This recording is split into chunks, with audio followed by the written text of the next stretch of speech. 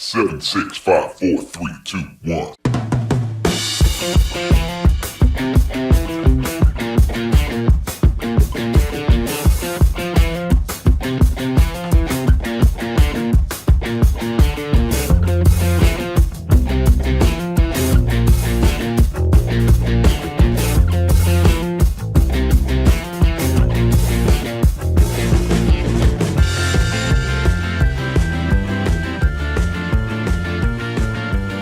Hi, and welcome back to the Marketing Essentials podcast. Today, we will be discussing the importance of deciding whether to use a marketing team or to keep it in-house. My name is Bill Parmentier of W. Parmentier Photography.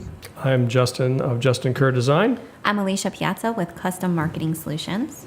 And today we also have Nicole Eller from Ginger Green Marketing Solutions. Thank you for having me again. Is it Marketing Solutions or just marketing? Just marketing. I'm messing up with Alicia's thing, but that's okay.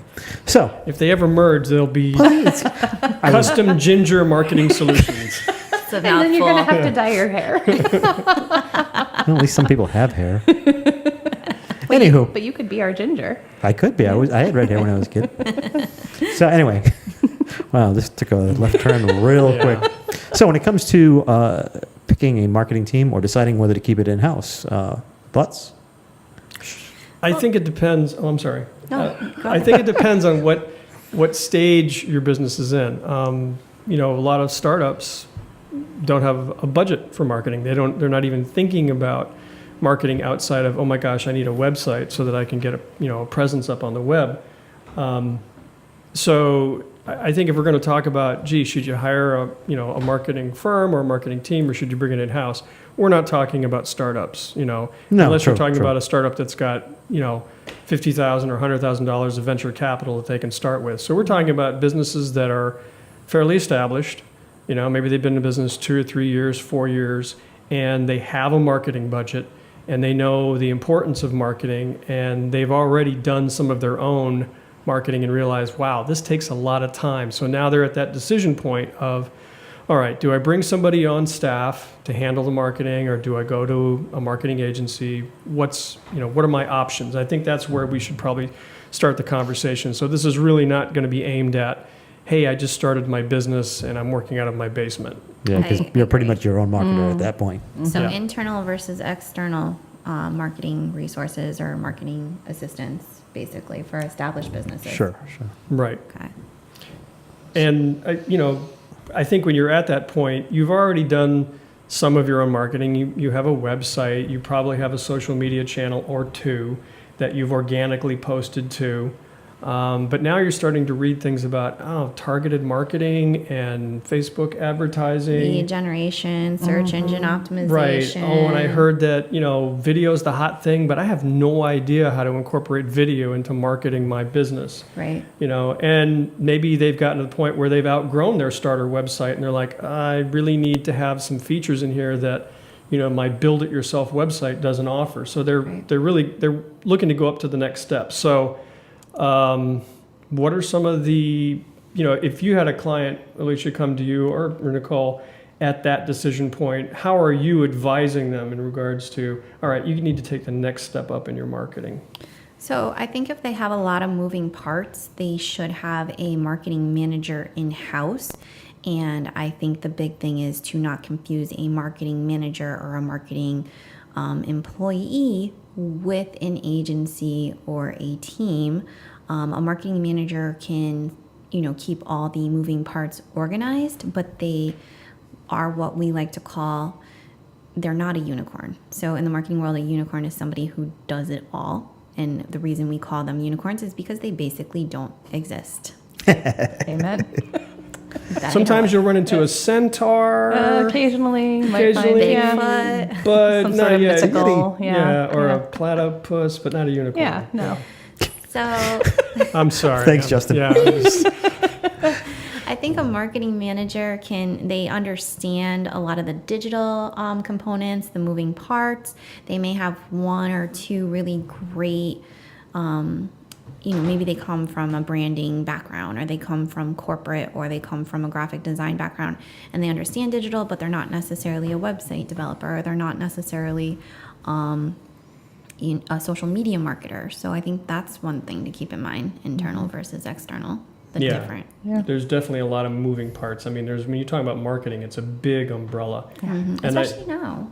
Yeah, Sure. Changed. Yeah, absolutely. And not only having a marketing budget where you set aside, a certain percentage of your operating budget to say, this is what I'm going to spend on marketing, but having a strategy Right. and knowing like, okay, what's the best way to market my business? Because you're not going to market a pizza restaurant the same way you're going to market a hair salon or a construction business Sure. or a cosmetic surgeon. So Absolutely, yeah. Yeah. you've got to have a strategy to say, okay, what's the best way to get exposure for my business and target the people that I want to target, and what's the best platform for me to market myself on.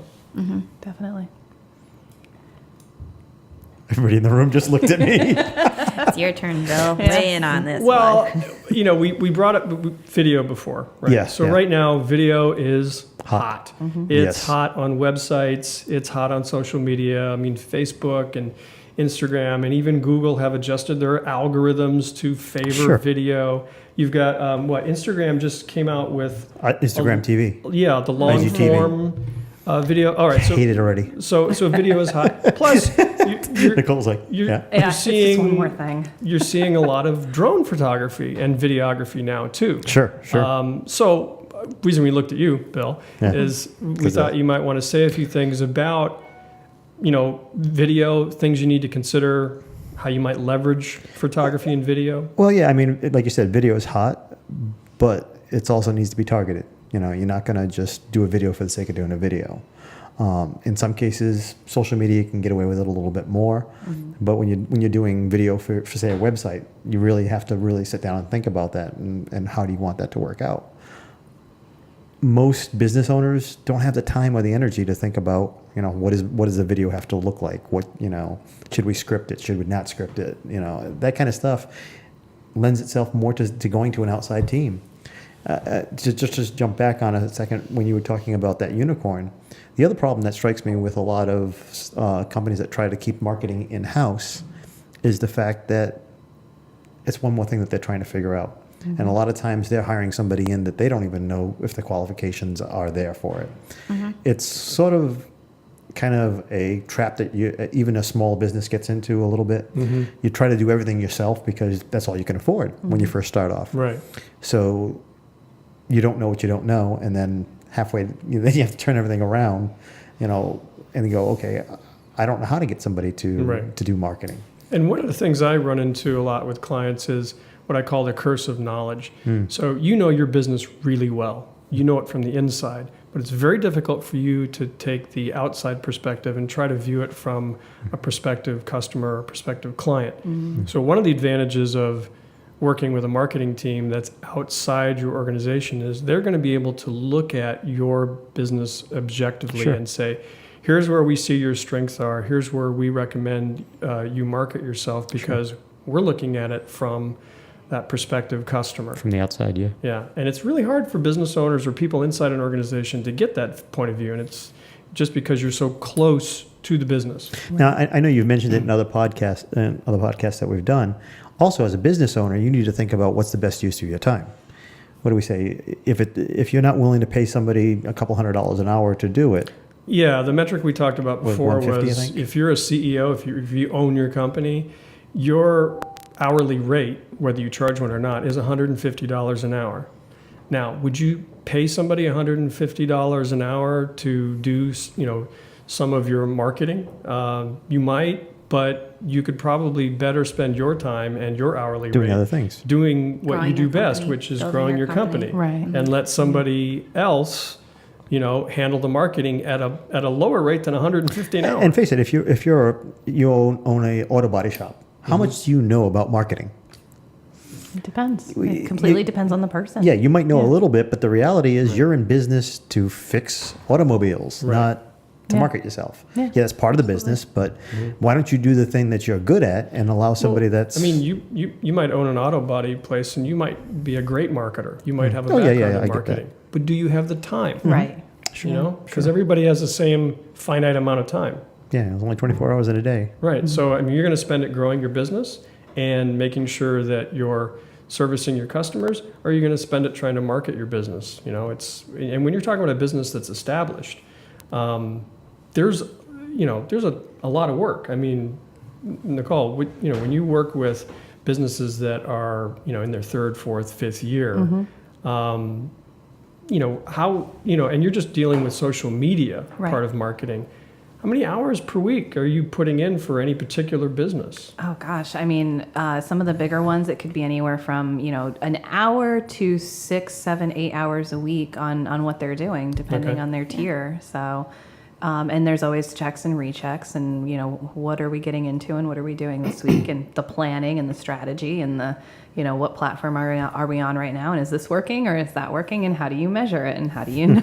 And it just spirals at it. And that's just one area. Now that is just one small. That's just one thing. So you got marketing, then bookkeeping, media. and start adding that in. It's like, and this is something Nicole does for a living. So if it's taking her that much time, how much time is it going to take you? Because the analogy that I like to think of is if I want to change my own oil, that's like an all-day project for me because I don't know what I'm doing. So I'm just imagining like your dog covered in oil and running around the yard.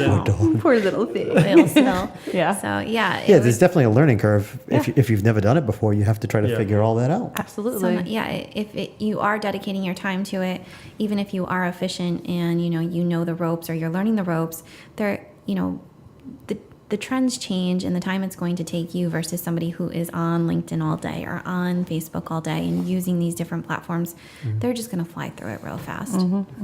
So there's actually a pretty good, I've got an article up here that I was talking about. Of course, I'm going to have to move my mic a little bit because you can't hear me as I'm doing it. We'll make sure to post in the show notes. Actually, this is a pretty cool thing. It shows, I don't know if you guys can see this or not, but it says hiring a marketing manager yourself for your company versus hiring a marketing agency itself. Now, this bases a base salary of $85,000 to have an in-house marketing manager. That's pretty reasonable. Yeah. So then on top of that, you're looking at all your other benefits and stuff, pension, time off, all that stuff. They're valuing that compensation at about $126,000. Actually, that's pretty good. Are they hiring? Yeah, I was thinking to myself, that's a pretty good number. But even if we take that number down to say $90,000 by the time you're talking about all stuff. If you look at the hiring a marketing agency for 1 year, you're paying. I think they figured it out at about $4,000 a month. And it just goes back to the unicorn point. That marketing manager is not going to have all the skills you need. Exactly, and you're going to pay less for a marketing firm to go in and do it. Granted, they're not there 40 hours a week doing the work for you, but it's not like you need somebody 40 hours. Whatever you're asking for, that's what you're getting from them. Yeah, so $4,000 a month versus you're paying for the time that they're spending instead of paying for somebody, to be in-house on your salary. Exactly. So I mean, it's a pretty good. That's another pro to actually hiring an outside company to do it. Honestly, one of the other advantages of hiring a marketing agency is, within the agency, they may have somebody who's an expert at social media. They may have somebody who handles video, but they're also going to be connected to other people in the industry. So if you need a writer, chances are somebody in that agency is going to be like, oh yeah, we know several writers. Let's get the appropriate one for this project. Or if you need a videographer, or if you need a, you're right. They have the connections. They have a pretty extensive professional network, whereas your in-house person may not. Because they're not necessarily going to be out networking and connecting with those people. Because that's another expense you got to pay for them to do. Because it's really not.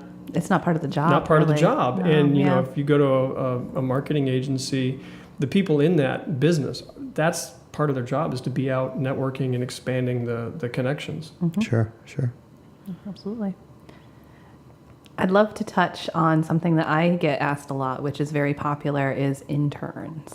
Ooh. Sure. That sounds good. We have an intern. We actually do. So we don't want to bash No. Interns are wonderful. They are absolutely wonderful if you know how to manage them. Yeah. Yes. So now you've decided to bring in an intern because you think it's free, and you're going to train them. And I'm not a fan of free internships, but that's a whole other podcast.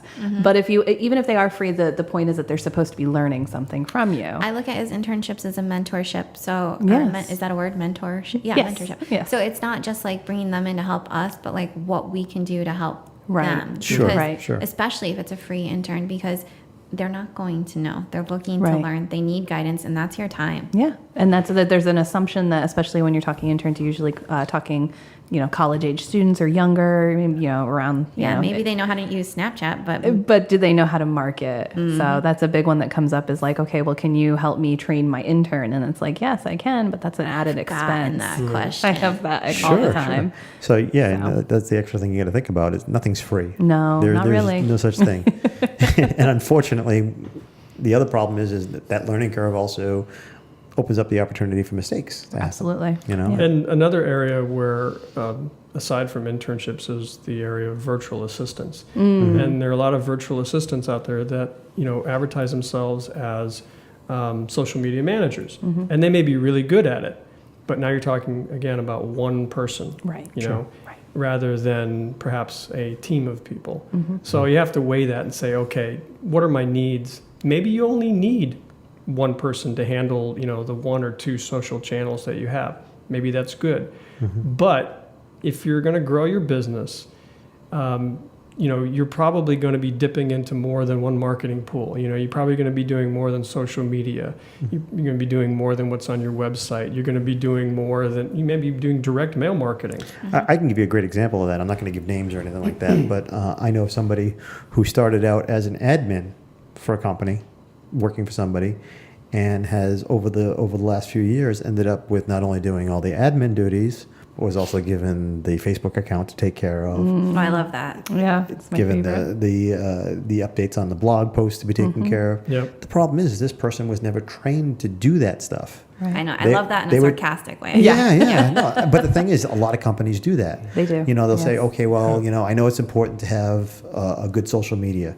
You know what? I get the secretary or they don't call them secretaries anymore. Admin assistants. It's usually an assistants. office manager, Yeah. an Yes. admin. Yep, Yep. it gets dumped on their plate. It happened to me. Yeah. One of the companies that I was with, I was the creative director. Yep. But they had a Twitter account and a Facebook account, and they And just you handed got it it. to me and they said, Oh my goodness. You're They're like, you have creative in your title. Do this. It's Yeah. creative. That's I great. had Makes no, no sense. clue what I was doing. So I'm Just be creative, Justin. yeah. Well, that's the interesting thing is businesses don't necessarily know that it's that difficult. Right, They don't know how difficult it is to get a good following on social media to keep that going, because it's not a one and done Yeah. thing. I mean, your Content. marketing, especially in a growing business, your marketing is just as important as the bookkeeping, Yes. as the person who's the purchasing agent. If you're taking a lot of inventory in. So you don't just hand it to anybody. Yeah, I mean, you using- wouldn't go up to the guy, who's, let's say, a line cook in your restaurant and go, "Oh, you know how to cook? Here, take care of the books." Yeah. Actually, that was a bad analogy there. I just Cook the books. but you get books. you get the point. But I mean, you wouldn't just hand that to somebody who wasn't skilled or Qualified. trained Sure, or qualified no. in that area. And I think a lot of people don't give the same amount of thought to marketing. They think, just anybody can do it. I think it's because it's so prevalent, because everybody has their Facebook app on their phone or on their Right. computer. They think, well, it's no big deal. You just post a bunch of pictures and you're done. That's social interaction. That's not marketing. And that's Right, very different right.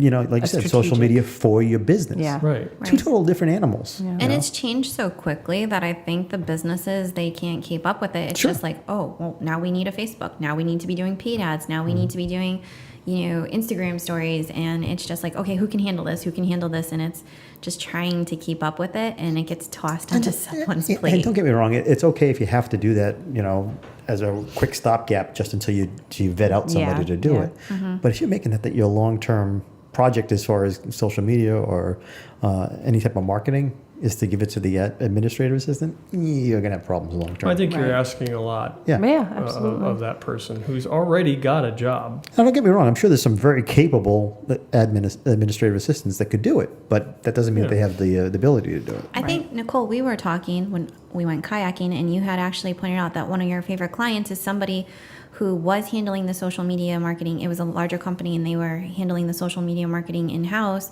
but they realized that someone could do it better, and that person's time could be used more efficiently Yeah. for their Business. real job, Right, their right. real There you go. title, which, Yeah. so that's a great example of somebody realizing when to outsource it. Yeah, When to bring in absolutely. an agency. Yeah, they figured it out pretty quickly that they wanted to make that person more of a director of operations, and that did not include handling the social. And so, I mean, they can't do it all? I know, it's surprising. So I ended up coming in on it, and it's worked out really well because she was doing a decent job. It was not strategic, it was sporadic, it was inconsistent, but. The posts themselves were good. And then now, talking to that one of my point people, she does at least know what we're supposed to be talking about and what we're doing. So that is nice. It helps. But they knew when to pull the trigger and move it out of house. So I guess to sum it up, I think we've pretty much come to the conclusion that go outside if you can. Yeah, and I think I don't want to go off on too much of a tangent, but another thing to keep in mind is there's full service agencies and there's also agencies that specialize. Oh, sure. Yeah. For example, I'm an agency that specializes. Social I specifically focus on social media, with that sweet spot being LinkedIn. I do other platforms, but I prefer LinkedIn. I prefer LinkedIn. I'm more comfortable in that space, but I know plenty of people that I refer business out to for other things. So I just keep your needs in mind and find an agency that can, I guess, address those needs. So you mean Right. one marketing agency doesn't fit all? Oh, Yeah. Well, what would be That's another podcast. I was going to say, we just got another podcast for ourselves. what would you recommend as maybe a couple of questions that would be good for that small business owner to ask or consider when they're looking for a marketing agency to work with? I mean, what kind of things do they really need to know? I guess if you're looking, whether it's full service or specialized, I would say, what are their credentials? What is their team? Do they have, a strong area that they focus on? And case studies and stuff like that are really big. Yeah, and you may want to also know who do they work with if they can't. Yeah. And then if they can't handle exactly what you're looking for, do they have somebody who can? How do they? How connected are they in their networks? Just be really upfront about your needs and don't assume that the agency can answer all your needs. Just tell them exactly what you're looking for. And a good agency will tell you if they can or they can't, I think, or they should. Yeah, I'd say that's pretty good point. I think we hit covered the end. it, as well as we could in the short amount And of we've come time up with that we like have. 5 more topics for other podcasts. Yay! Of course. So, having said that, in closing, just some time for some shameless plugs of our own. Yes. Well, on the topic of looking for marketing professionals to work with, you can certainly, if you're looking to enhance your social media marketing, you can contact Alicia at Custom Marketing Solutions, or you can contact Nicole at Ginger Green Marketing. Both are experts in their field. Absolutely. And if you're looking to enhance your marketing with photography or videography, Bill Parmentier at W. Parmentier Photography is an excellent source for that. And of course, if you're looking to work with someone on your visual marketing, either online or in print, or you need to enhance your branding, you can always give me a call, Justin at Justin Kerr Design. So how would people follow us as a group? as a group, you can find us on the web at marketingessentialsteam.com. We also have a Facebook page, Marketing Essentials Team. And we'd love it if you like us, follow us, interact with us on our Facebook page. And we also have a Facebook group specifically for marketing, and I'll let Alicia tell you about that. So if you're not sure if you need an agency or a specialist or professional help yet, dip into our marketing group called Little Rhody Marketing Support Group if you search that on Facebook. And we provide plenty of free tips, advice. Well, you can post your marketing struggles or challenges there. You can interact with other businesses and they can share what they're doing for their marketing. Great little community there. And as always, make sure you go to our website and sign up for the podcast. Also, if you're one of those people that likes to listen in your car via iTunes, we do have an iTunes channel, which is the Marketing Essentials Podcast. So feel free to go over there and subscribe. And Nicole, why don't you give us one quick plug for your business? Just kind of. Oh, goodness. How can somebody reach you if they want to? Oh, yes. So you can always find me at gingergreenmarketing.com. And I don't think I have a dedicated social media outlet. I am on Facebook as Ginger Green Marketing. Wow.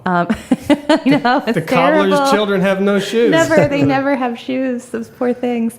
Yes, feel free to find me on my website or shoot me an email at Nicole@gingergreenmarketing.com, and I'd be happy to help people figure out how to manage their LinkedIn or other social media platforms. Great. Yeah, and a special shout out to our venue host today, which is Rooms and Works, a co-working space in Providence, Rhode Island. You can find them on the web at roomsandworks.com. And with that, I think we are complete for today. We'll see you in the next podcast, everybody. Bye-bye. Bye.